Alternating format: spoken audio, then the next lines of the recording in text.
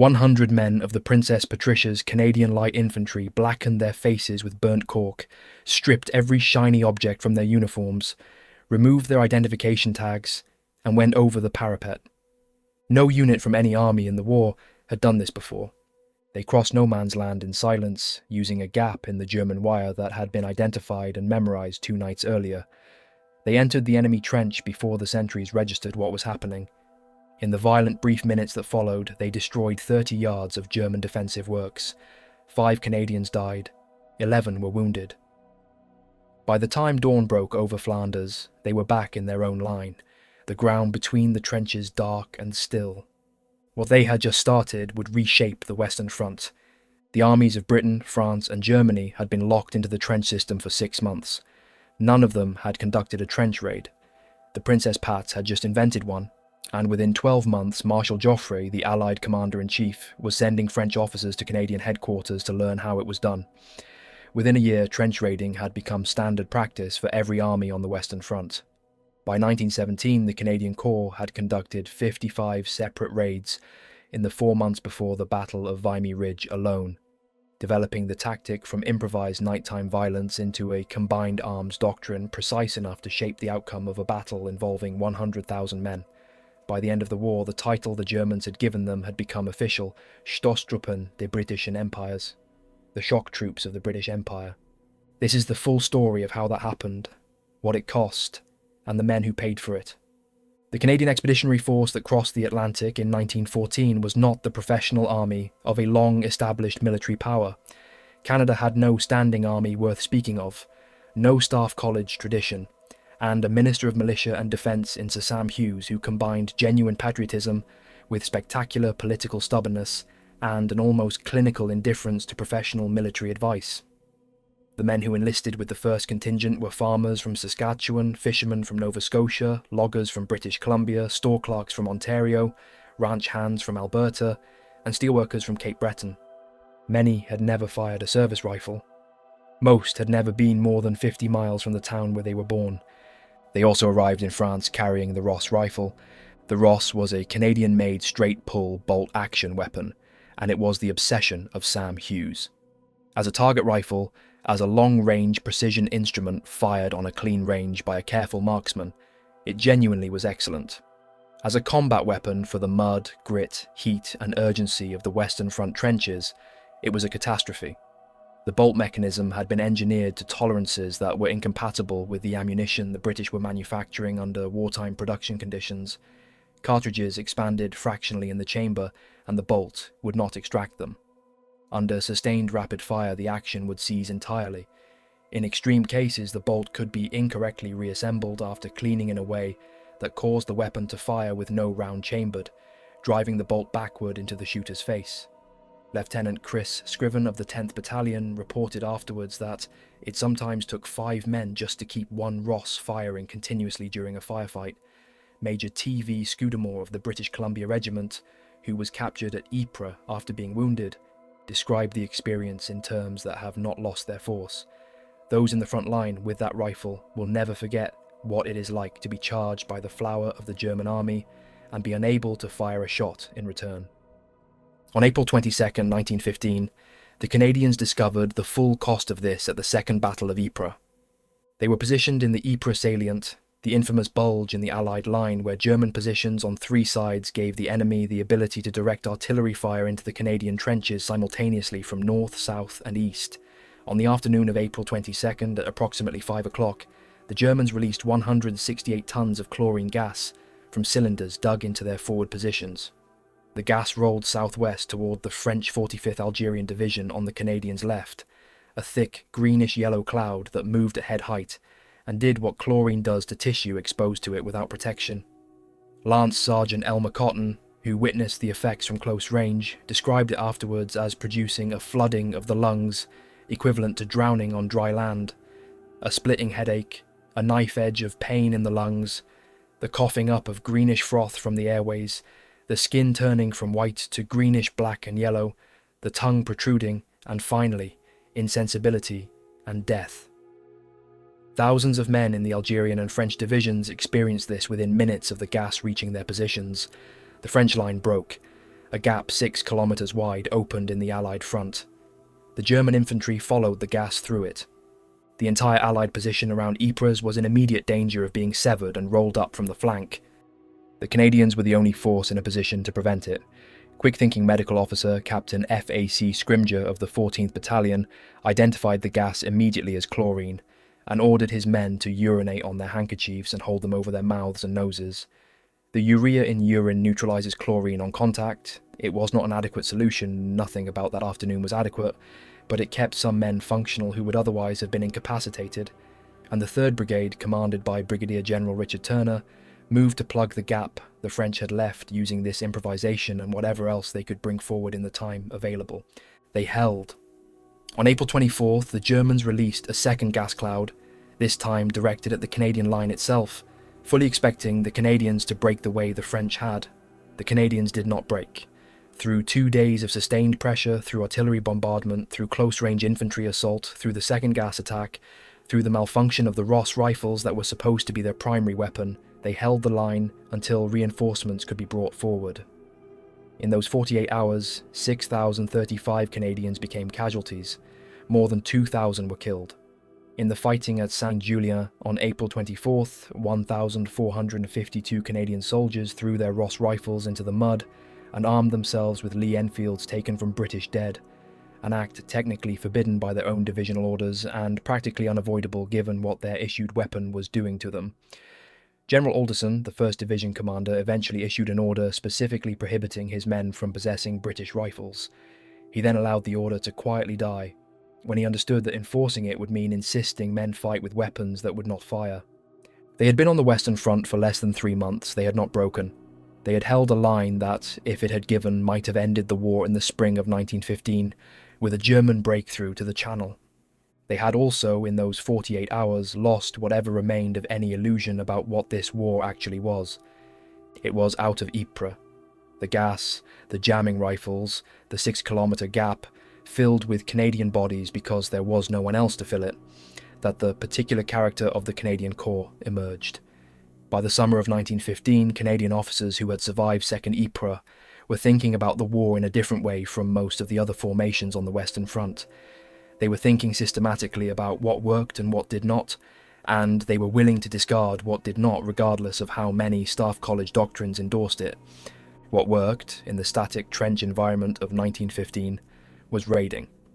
Not the improvised night violence the Princess Pats had pioneered in February, but planned, rehearsed, methodical operations with clear objectives, defined roles, artillery coordination, and a methodology for getting back alive. Lieutenant Colonel Victor Odlum of the 7th Battalion, 1st Canadian Division, was among the first officers to understand this clearly enough to act on it systematically. In October and November 1915, Odlum selected 170 volunteers and spent 10 days preparing them for a raid on the German position at La Petite Douve Farm, south of the Messines Road near Ploegsteer. The preparation was meticulous by any standard then in use on the Western Front. Rehearsals were conducted on ground that reproduced the objective and its approaches, including the river crossing and the wire obstacles. Portable bridging ladders were fabricated specifically for the operation.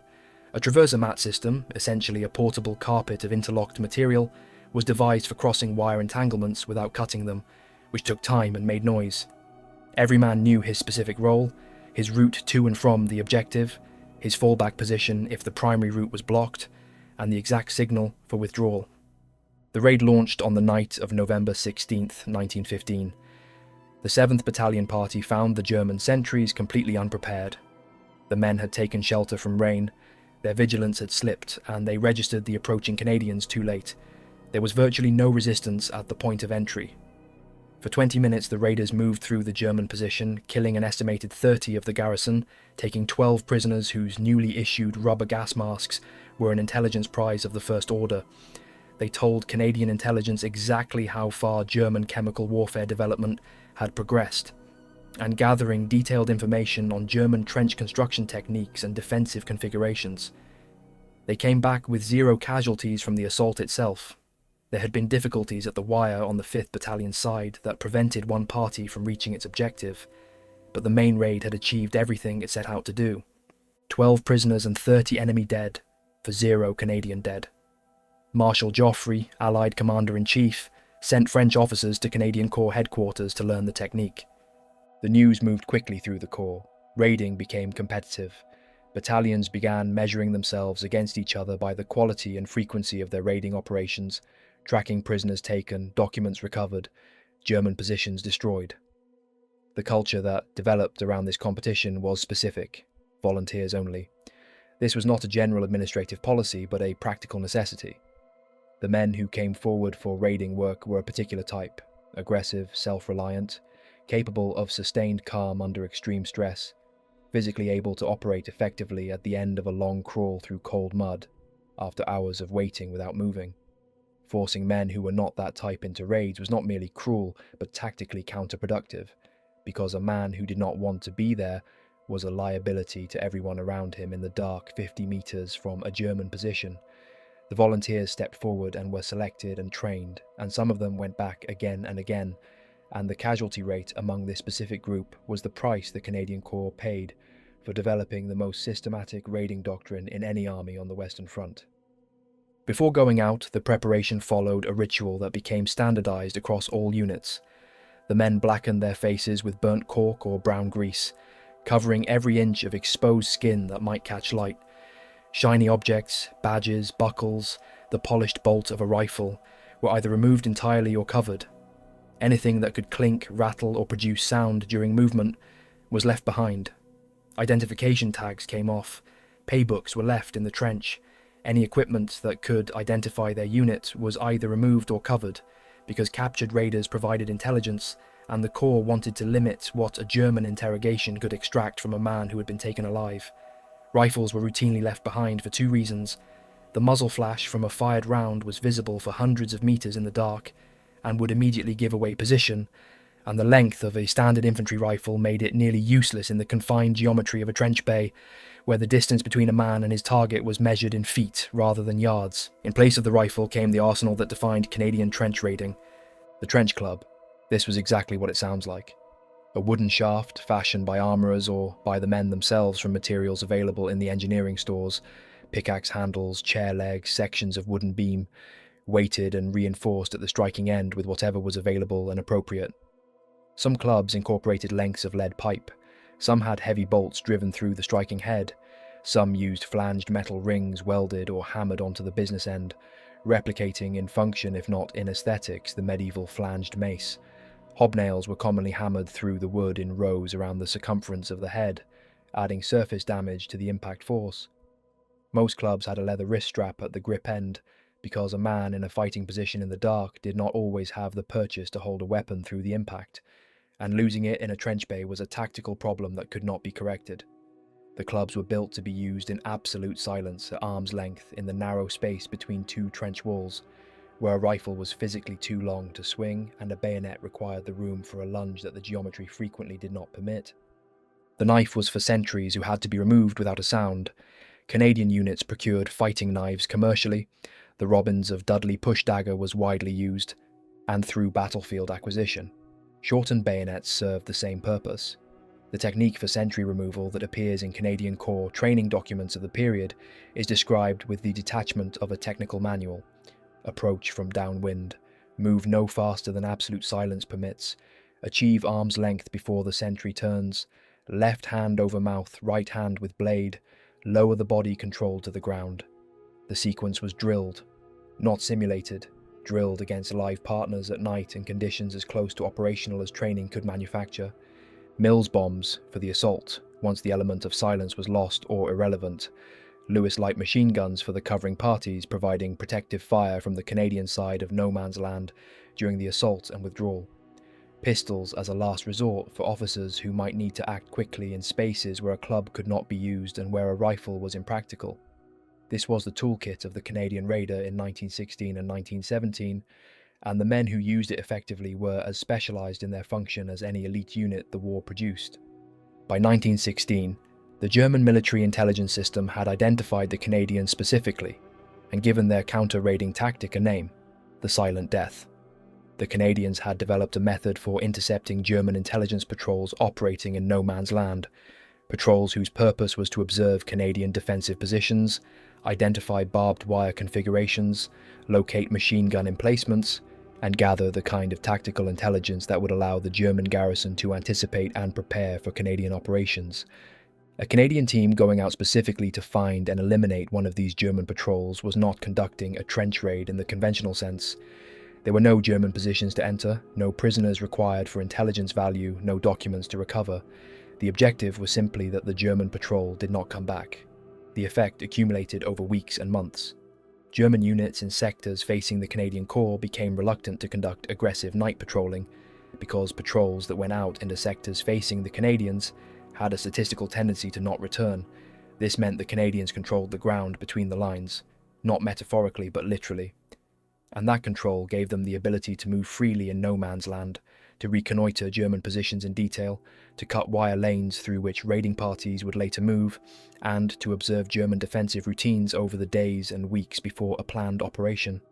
Tim Cook, in an analysis written for the Canadian War Museum, described the effect in terms that capture it precisely. The Canadians transformed trench raiding to a deadly art, which wore away at the enemy's morale and strength as he was kept taut and nervous whenever opposite the wild colonials. Lieutenant General Edwin Alderson, the 1st Canadian Division's original British commander, put it more plainly in a formal assessment.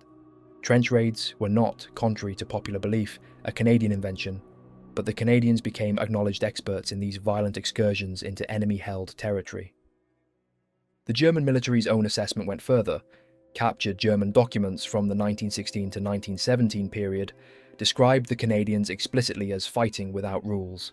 This was not quite accurate as a factual characterization, but it captured something real about the Canadian institutional attitude toward the informal arrangements that had developed in quieter sectors of the Western Front. The mutual understandings, the tolerated truces, the sector-level agreements between opposing garrisons not to disturb each other's supply parties or to restrict fire to certain periods. The Canadians refused these arrangements categorically and systematically. The official German designation for the Canadian Corps, Stoßtruppen des Britischen Empires, the shock troops of the British Empire, acknowledged what every German division that rotated into a sector facing the Canadians quickly discovered. The rules of what was possible in no man's land changed when the Canadians arrived. There was also a strand of psychological warfare that the Canadians pursued with a directness that the more formal military literature tends to handle carefully. During quiet periods when both sides were managing the routine of trench life and the guns were relatively still, German soldiers in sectors facing Canadian units would occasionally call across no man's land. The trenches in some sectors were close enough for this. 50 yards was not unusual. Food was a constant preoccupation. The German ration system had been under pressure from the British naval blockade since 1915, and by 1916 the men in the forward German trenches were noticeably underweight. Lieutenant McKeen described what the Canadians did with this information. Canadian soldiers would lob tins of corned beef, bully beef, the standard British ration, into no man's land or into the German trench itself. The Germans would retrieve them. This happened more than once, often enough that the Germans in that sector associated a thrown object from the Canadian trench with rations. Then, when the Germans called out expecting more, the Canadians threw grenades instead. The tactic is not documented with the precision of a regimental raid report. The archival record for it is thin, as it is for most informal tactical innovations, but Lieutenant Keen's account is consistent with the broader pattern of how the Canadian Corps understood psychological advantage, not as a supplement to violence, but as a multiplier of it. The corned beef and grenade tactic was a minor footnote. What the systematic raiding was building toward was something far more significant.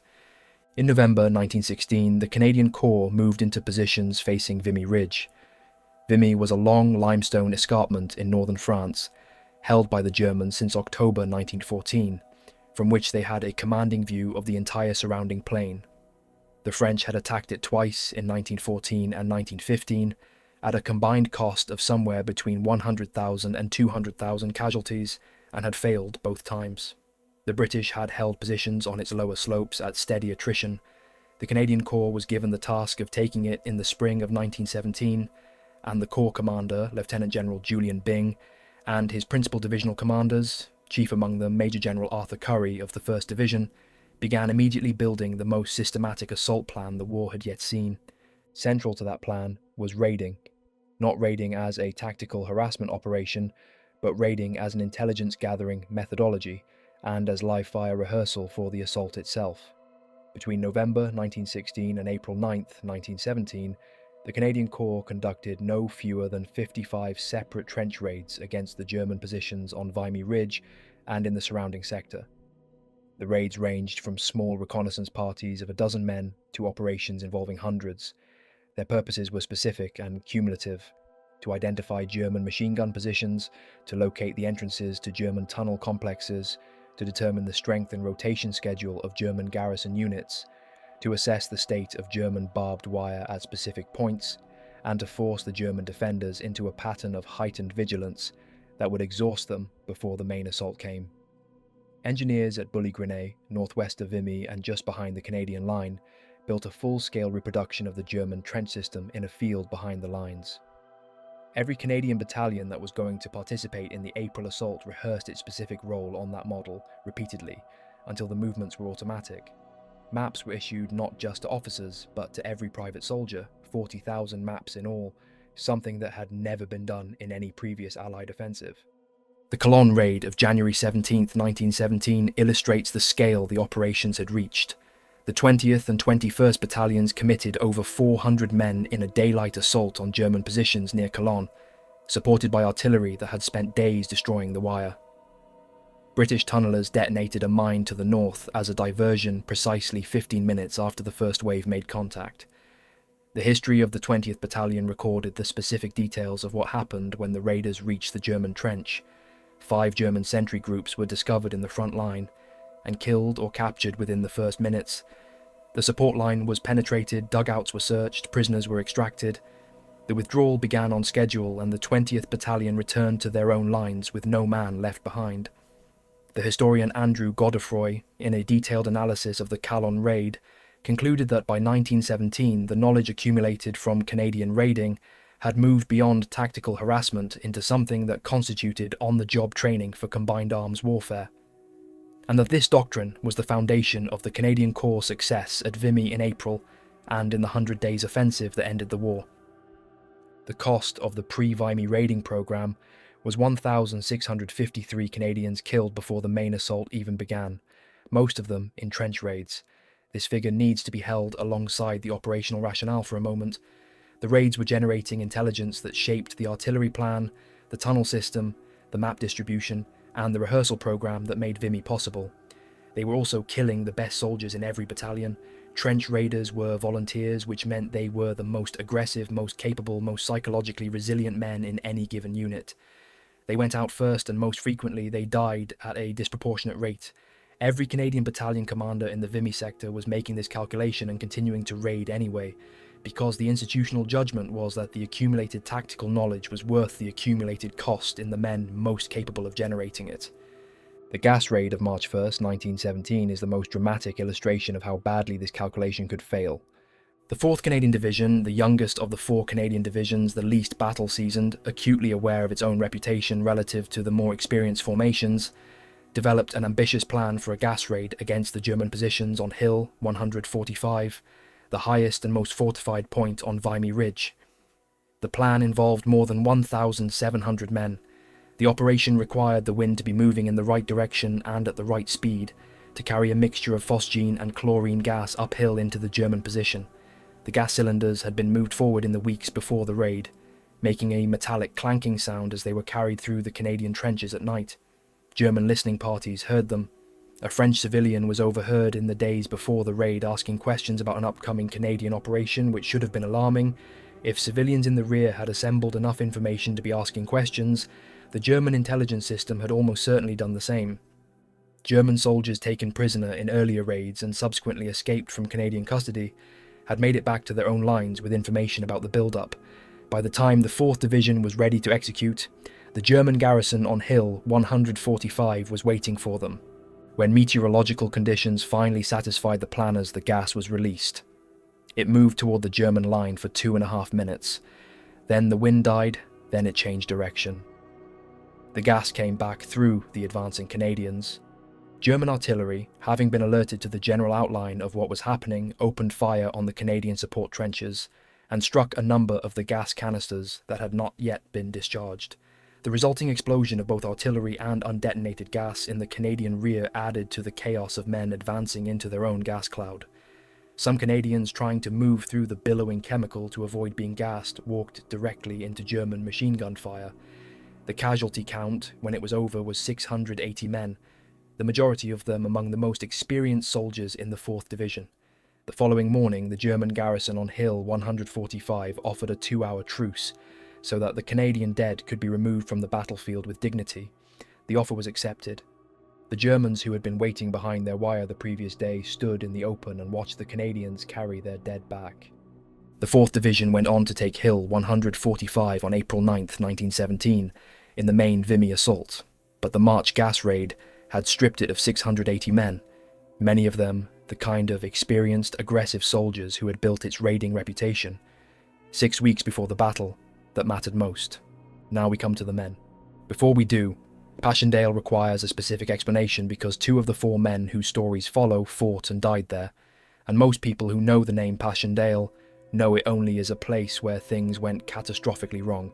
What it actually was, and why the Canadians were there at all, matters for understanding what Holmes and Robertson walked into on October 26th and November 6th, 1917. The Third Battle of Ypres, of which Passchendaele was the final phase, had been launched by Field Marshal Haig in late July 1917, with objectives that were, by the autumn, clearly unachievable. The original plan had envisaged a breakthrough toward the Belgian coast and the elimination of German submarine bases at Ostend and Zeebrugge. What actually happened was that a succession of British divisions had been fed into an assault across ground turned into continuous swamp by weeks of artillery bombardment and persistent autumn rain, advancing at enormous cost toward a ridge that kept receding. By October, the battle had consumed tens of thousands of men, and the gains were measured in hundreds of yards. Haig needed the ridge and turned to the Canadian Corps. Arthur Currie, who had replaced Byng as Canadian Corps commander in June 1917, went to Ypres to look at the ground before he agreed to anything. He walked the battlefield personally. He examined what the British divisions had attempted and what it had cost them. He then produced a formal written estimate that the Canadian Corps would sustain approximately 16,000 casualties taking the Passchendaele Ridge. He submitted this estimate to Haig's headquarters. He was ordered to proceed. He did so with the same systematic methodology the Corps had applied at Vimy: limited objectives, phased advances, maximum artillery preparation, detailed rehearsal, and over 4 separate attacks between October 26th and November 10th, the Canadians took the ridge at a cost that came in close to his prediction. The village of Passchendaele itself fell to the 27th and 31st Battalions on November 6th. The ground they fought across was unlike anything the Canadian Corps had encountered before, and they had fought at the Somme. The Passchendaele battlefield in late October 1917 was not mud in any ordinary sense. It was the product of 18 weeks of continuous artillery fire on reclaimed polderland, Belgian Flanders, in which every ditch, field drain and culvert that had allowed the land to be inhabited for centuries had been destroyed. The water table was close to the surface at the best of times. When the drainage infrastructure was obliterated, the entire landscape reverted to its original state, which was swamp. The autumn rain continued to fall on it. The artillery shells continued to churn it. The result was a surface that could not be trusted. Ankle deep here, waist deep 3 feet further on, a shell crater full of water, with no visible surface indication that it was 4 feet deep, rather than 4 inches. Men drowned in it, horses foundered in it, wounded men fell into shell holes and, unable to pull themselves out, died where they lay. The stretcher bearers working the evacuation routes at Passchendaele represent some of the most documented individual acts of the entire war, because what they were doing, carrying men across ground that could swallow a man in seconds, required a sustained courage that had nothing to do with fighting and everything to do with simply continuing to move. George Burdon McKeen was born in Willington, County Durham, England, on the 4th of July, 1888. He was not Canadian by birth, but by choice.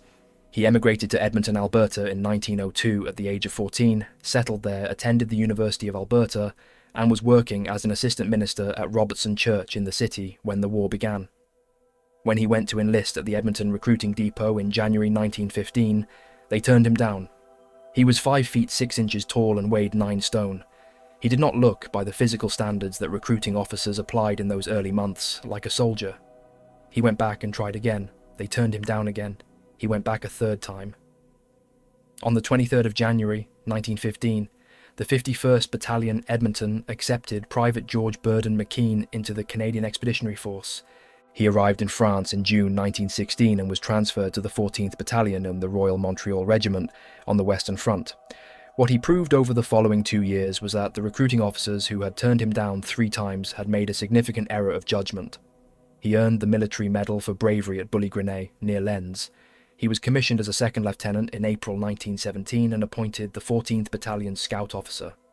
By the night of April 27th to 28th, 1918, near the village of Gavrelle, he was leading a raiding patrol into German positions. The patrol ran directly into a strongly held block in a communication trench. The position was defended from behind wire and covered by a machine gun emplacement 30 yards behind it.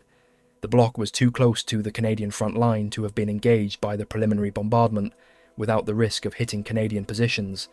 McKeen's entire party was pinned down by machine gun fire and grenades thrown from behind the barricade. Artillery could not be called in. The situation was producing casualties and the operation was failing. McKeen ran into the open. He went to the right flank of the block, moving in the open under direct fire, and threw himself headfirst over the barbed wire barricade. He landed on top of one of the Germans behind it and shot him.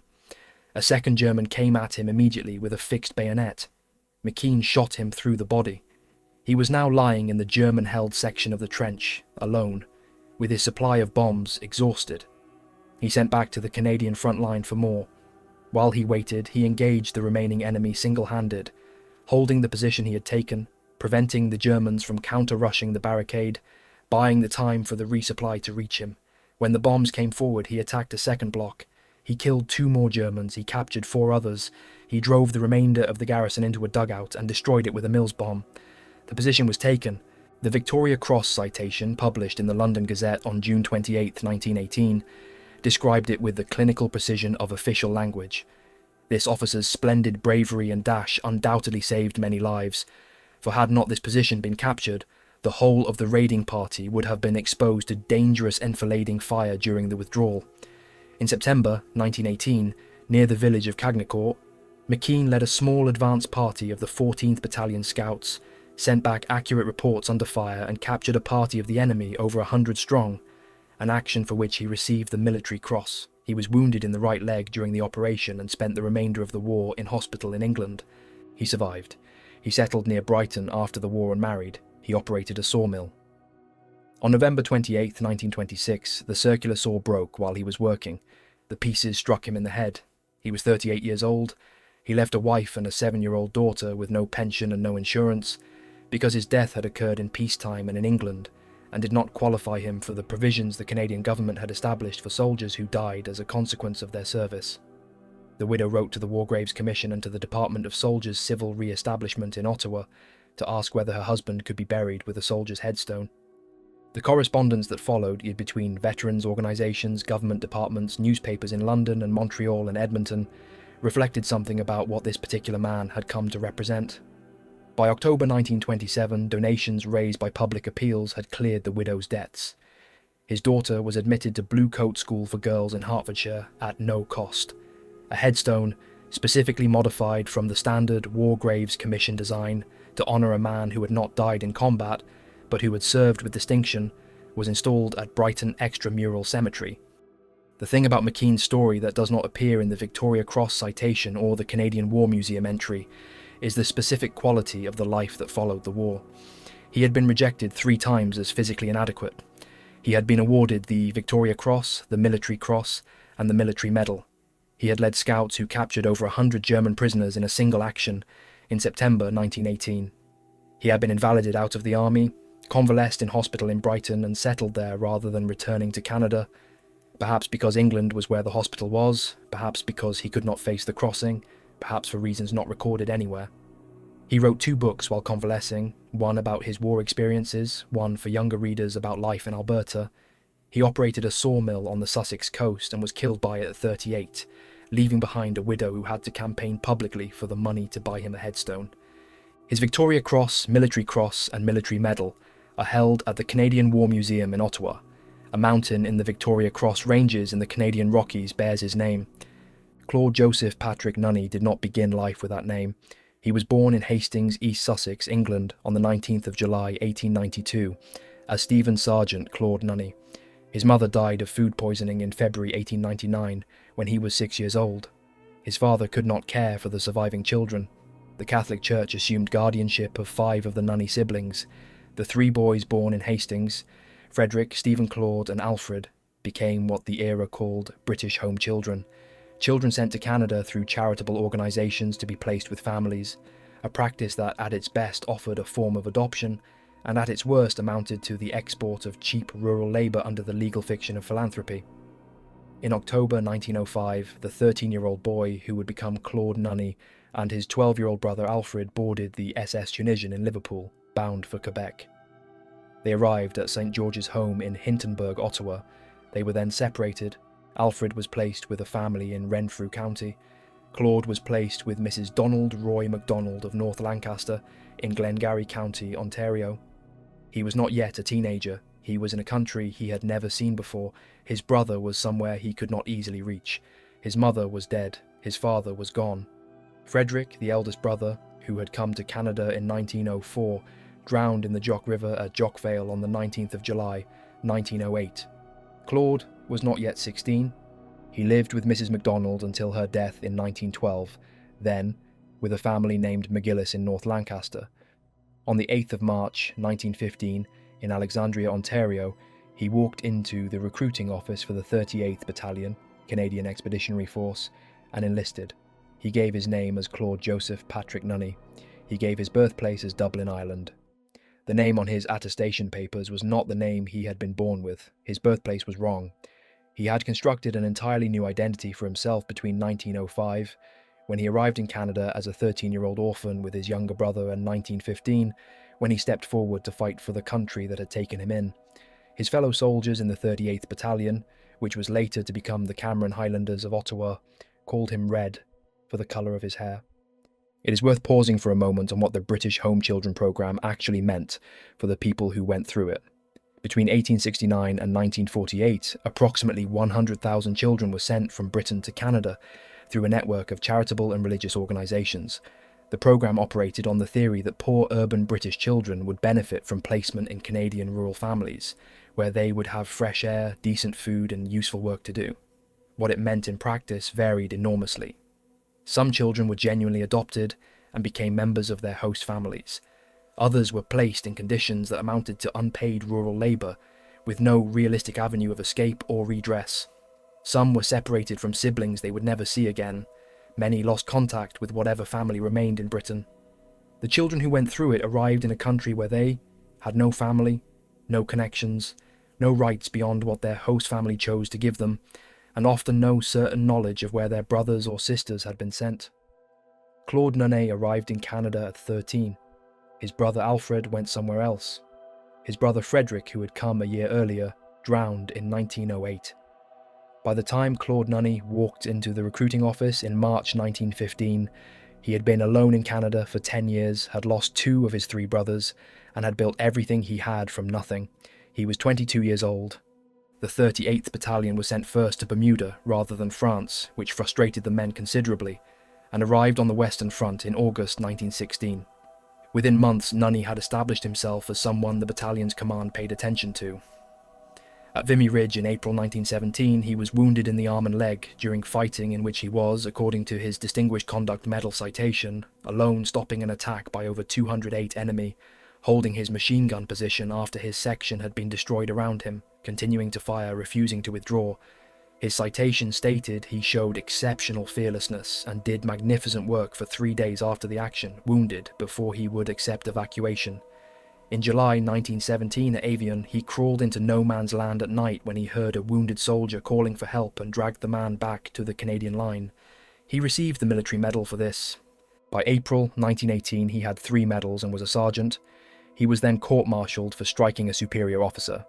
The offence is documented. The specific circumstances are not. The sentence was 1 year to be served in England, which would have ended his war.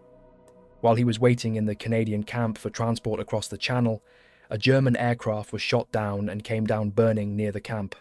Nunny ran into the fire. He was trying to pull the pilot and observer out of the wreckage before it burned completely. He burned his hands and his face. The pilot and observer were dead before he reached them. His sentence was commuted on account of the attempted rescue. He was demoted to private. He went back to the 38th Battalion. On September 1st, 1918, near Vis-en-Artois, his battalion was positioned for the assault on the Drocourt-Quéant line. The Germans laid down a heavy barrage and counterattacked before the Canadian advance began. Nunny was at company headquarters when this happened. He immediately left company headquarters without orders and went forward through the German barrage to the company outpost lines, the most exposed positions, the forward edge of the Canadian position, where the men under German counterattack were under the most pressure. He moved from post to post. His presence, his rank stripped back to private, his red hair, his 3 previous medals, the specific quality of calm that some men carry under fire, that communicates itself physically to the men around them, all of it mattered. The enemy were repulsed. The critical situation was held. The following day, September 2nd, he attacked. The handwritten note in his military record describes what happened. The man was wounded on his arm, but refused to go out and carried on independent of his company, at times being 50 to 75 yards in advance of his company, and single-handed he attacked enemy machine gun posts, capturing as many as 4 machine guns in one nest and inflicting serious casualties on the enemy. He was severely wounded that day. He was evacuated. He died on September 18th, 1918, aged 25, 16 days after the action for which he was posthumously awarded the Victoria Cross.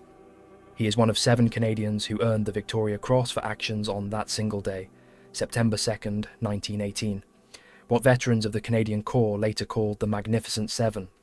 His brother Alfred died in France in August 1918. All 3 Nunny boys who came to Canada as home children died young. Frederick drowned at 17. Alfred was killed in France. Stephen Claude, who had become Claude Joseph Patrick Nunny, died of wounds at 25. His Victoria Cross, Distinguished Conduct Medal and Military Medal are displayed above the fireplace at the Cornwall Armoury in Cornwall, Ontario. Thomas William Holmes lied about his age. He was born in Montreal on the 14th of October 1898, grew up in Owen Sound, Ontario, and was working there when he decided to enlist. He gave his date of birth as August 17th, 1897, making himself a year older than he actually was. This was not an unusual form of deception in 1915, when the Canadian Expeditionary Force was still growing rapidly and recruiting standards were inconsistently applied. He was accepted. He eventually transferred to the 4th Canadian Mounted Rifles. On October 26, 1917, the 4th Canadian Mounted Rifles was taking part in the opening assault of the Canadian Corps on the German positions near Passchendaele. The 4th Canadian Mounted Rifles' right flank advance stalled at a German pillbox position at Wolf Copse. Pillboxes were reinforced concrete structures low to the ground, built to specific German engineering standards that made them extremely resistant to artillery. They were typically manned by machine gun crews with overlapping fields of fire. This one had stopped the advance on the right flank and was producing casualties among men who had no effective way to silence it from their current positions. Private Thomas Holmes ran forward alone. He carried 2 grenades. He threw the first at the nearer of the machine gun emplacements, killing and wounding the crew. He threw the second at the second emplacement with the same effect. He then went back to get another grenade. He came back to the pillbox alone, still under fire, and threw the 3rd grenade into the entrance aperture of the fortification itself. 19 Germans surrendered. At the investiture at Buckingham Palace, Holmes told King George V that he had lied about his age when he enlisted. After the war, Holmes became a pilot for the Harbour Commission in Toronto, flying for 15 years. In 1936, he saved 3 people from a capsized boat. His Victoria Cross was stolen in a robbery at his home in 1935. He died of cancer in Toronto on January 4, 1950. James Peter Robertson was not a young man inventing himself in a new country, or a teenager who had lied about his age, or a British home child starting over. He was 33 years old when he enlisted. He was born in Pictou County, Nova Scotia, on October 26, 1883, had trained as an engineer, and was working for the Canadian Pacific Railway when the war began. He joined the 27th Battalion on June 14, 1915 at Winnipeg. He was a settled man with a trade and a position who made a deliberate choice to go. On November 5, 1917, the 27th Battalion moved into the front line at Passchendaele, relieving the 39th Battalion. On the 6th of November, they attacked. The objectives were the German positions in the village of Passchendaele itself, what remained of it, which was rubble and fortified concrete in approximately equal proportion. The 27th Battalion was assaulting in the centre of the brigade front, with the 31st Battalion on its right and the 26th on its left. 0 hour was 6 o'clock in the morning. The German artillery began shelling the assembly positions at 3 in the morning when movement had been detected. The most serious problem facing the 27th Battalion that morning was a German machine gun position that had survived the artillery preparation and was covering the line of advance with uncut barbed wire in front of it. The platoon attempting to advance through this section of the front was taking casualties and could not move. Robertson was in that platoon. He saw what was happening, identified a gap on the flank of the position and ran for it. He reached the machine gun position from an angle the crew had not covered. What happened in the next seconds is described in the London Gazette citation as a desperate struggle with the crew, in which Robertson killed 4 of them. He then turned the captured machine gun on the Germans who were retreating toward their own lines. The crew of a German machine gun turned on the soldiers it had been defending, fired by the Canadian private who had just killed the men behind it. This broke the position. The platoon advanced. Robertson carried the captured gun to the final objective and continued using it to suppress German snipers and keep the advance moving. By 7:30 in the morning, the village of Passchendaele was in Canadian hands. The 27th Battalion had taken 9 German machine guns and over 70 prisoners. It had also sustained 260 casualties in the assault, including 13 officers. Robertson survived the fighting in the village. Later that day, 2 men from his battalion were wounded and lying in open ground in front of the Canadian line. Robertson went out to bring them in. He reached the first man and brought him back. He went out again for the second. He reached him. He picked him up. A German shell landed near them. Robertson was killed instantly. He was buried near where he fell. His grave is now in Tynecott Cemetery, the largest Commonwealth War cemetery in the world, 5 miles northeast of Ypres. His Victoria Cross is at the Canadian War Museum in Ottawa. The Canadian Coast Guard vessel, CCGS Private Robertson Vifosi, bears his name. A lake near Wood Buffalo National Park is named after him. These 4 men, McKeen, Nunny, Holmes, Robertson, span the full arc of what the Canadian Corps produced in the war. McKeen was an English emigrant who had been rejected 3 times before he could enlist, and who died at 38 in a sawmill accident in Sussex, his widow left with nothing. Nunny was a British home child who built an entirely new identity in Canada and died at 25 16 days after his finest action, his brother dead the same summer. A 3rd brother drowned in Canada before the war began. Holmes was a 19-year-old from Owen Sound who lied about his age, took a German pillbox with 3 grenades, and later had his medal stolen by a burglar who presumably did not know what he had taken.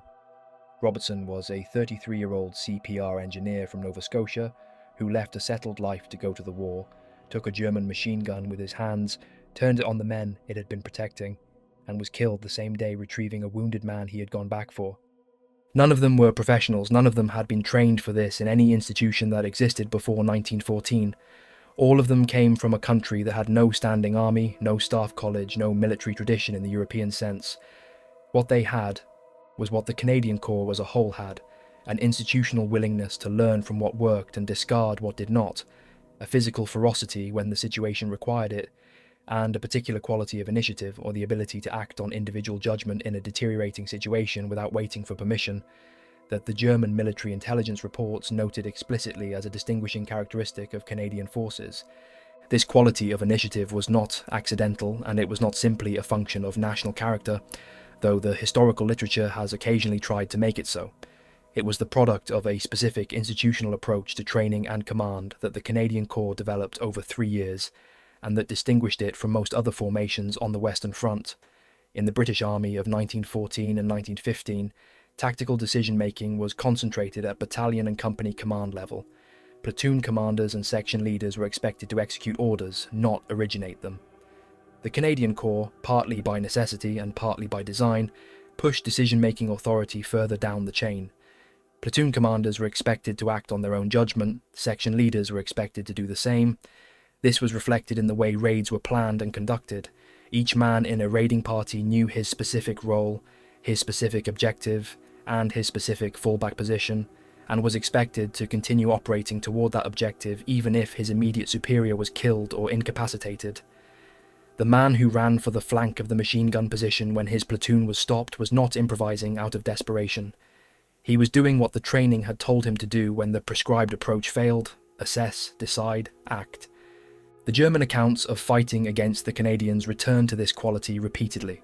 Where British and French units tended in crisis situations to hold or withdraw and await orders, the Canadians tended to act. Robertson running for the flank of the machine gun position rather than going to ground and waiting. Holmes going back for a third grenade rather than reporting the pillbox as neutralised and holding position. McKeen throwing himself headfirst over a barbed wire barricade in the open rather than calling for fire support. Nunny moving 50 to 75 yards ahead of his company, alone, wounded, attacking machine gun posts single-handed. None of these actions were what the manual specified, all of them were what the situation required. The German military press that described the Canadians as fighting without rules was describing, in unflattering terms, this same quality, an institutional refusal to accept the failure of the prescribed method as the end of the engagement. The final accounting for Canadian trench raiding as a military enterprise is a complicated one. The pre-Vimy figure of 1,653 killed in raids alone in the 4 months before April 1917 gives some measure of the price. The systematic doctrine Byng and Curry built, the 55 raids, the artillery integration, the maps given to every private soldier, the rehearsals on the full-scale replica contributed directly to the success at Vimy Ridge on April 9, 1917, when all 4 Canadian divisions attacked simultaneously for the first time and took in a single-day positions that the French had failed to take in 2 years. The combined arms doctrine the Canadians developed through their raiding program became the tactical template for the 100 Days Offensive of 1918, the series of battles that broke the German army and ended the war. The rank and file viewed it differently. The official histories tend to quote officers. The letters and diaries of the private soldiers of the Canadian Corps are less confident about the tactical rationale. A raider who survived multiple operations described the work in terms that convey something the official literature omits. The fear before going out, the specific quality of the darkness in no man's land, the weight of carrying a club into a trench where a human being was waiting to be killed with it, and the specific difficulty of coming back from that and then being required to eat breakfast in a dugout and wait for the next one. These letters were not written for publication. They were written to mothers and wives and sisters in Ontario and Nova Scotia and Manitoba and British Columbia, and what they contain is the record of what the official endorsement of trench raiding felt like from the inside of it. By the end of 1917, as the Canadian Corps drew the accumulated lessons of 3 years of raiding into the planning for Vimy and then Amiens, other Allied armies began to quietly reduce or suspend their trench raiding programs. The casualties had become politically unsustainable and tactically questionable. An Australian officer captured the consensus view in a document that has survived. Raids are not worth the cost. None of the survivors want to go anymore.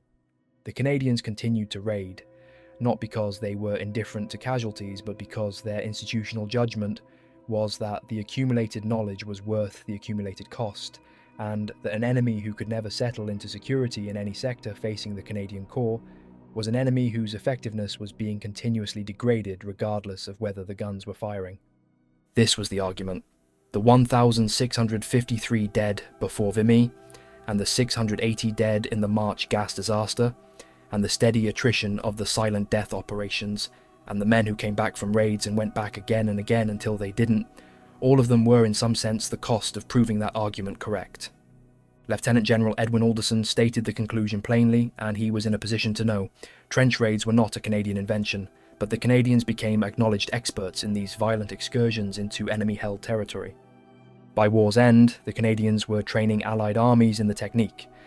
The Princess Patricia's Canadian Light Infantry had gone over the parapet at midnight on February 28, 1915, with blackened faces and no rifles to destroy 30 yards of German trench. Nobody had done it before. When the armistice came on November 11, 1918, the Canadian Corps had conducted hundreds of raids of every size and type, had lost more men to raiding than most armies admitted losing to entire battles, had used the accumulated knowledge from that raiding to win at Vimy and at Amiens, and through the 100 days, and had exported the doctrine to the British and French and Australian and American armies that had come to them to learn it. 3 years and 8 months, from the first raid to the last. From 100 men with clubs and knives going over the parapet in the dark, to 4 divisions attacking on a 6-kilometre front behind a creeping barrage with maps in every private's hand, with the artillery coordinates rehearsed and the wire cuts and the positions memorised from the replica built in the field behind the lines. The distance between those two things was what the Canadian Corps, at a cost that was not small, had learned to travel.